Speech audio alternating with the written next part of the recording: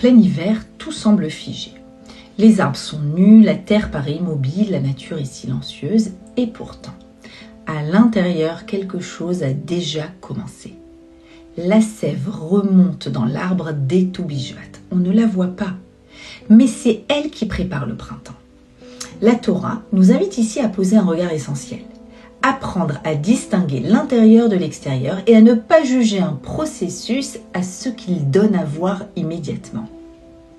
Pour cela, elle nous propose une lecture à travers 3 catégories de fruits. Première catégorie, des fruits dont l'extérieur n'est pas comestible mais dont l'intérieur l'est, comme la noix ou l'amande. À l'extérieur, c'est une coque dure, fermée, et à l'intérieur, quelque chose de vivant, de nourrissant. Cela nous invite à réfléchir à ces moments-là où nous aussi, nous sommes entourés d'écorces, des protections, des défenses, parfois des peurs.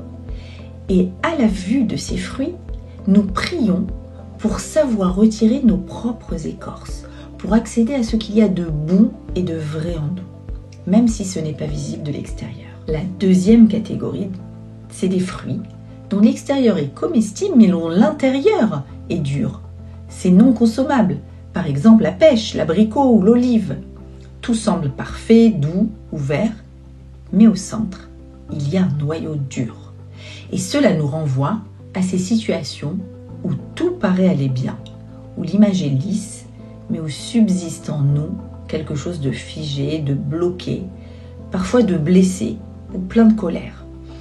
La deuxième prière, elle, sur ces fruits, sera plus exigeante, de savoir retirer le dur en nous, ce qui empêche la sève de circuler, ce qui empêche la croissance, ce qui nous bloque. Maintenant, la troisième catégorie, ce sont des fruits dont l'intérieur et l'extérieur sont tous deux comestibles, comme la pomme ou la figue. Ici, il n'y a plus de contradiction. L'extérieur reflète l'intérieur. Tout est cohérent. C'est la troisième prière.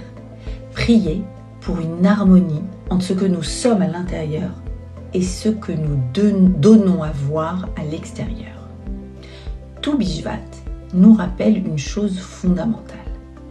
La vie ne commence pas quand tout fleurit. Elle commence quand la sève remonte, même quand rien ne se voit encore.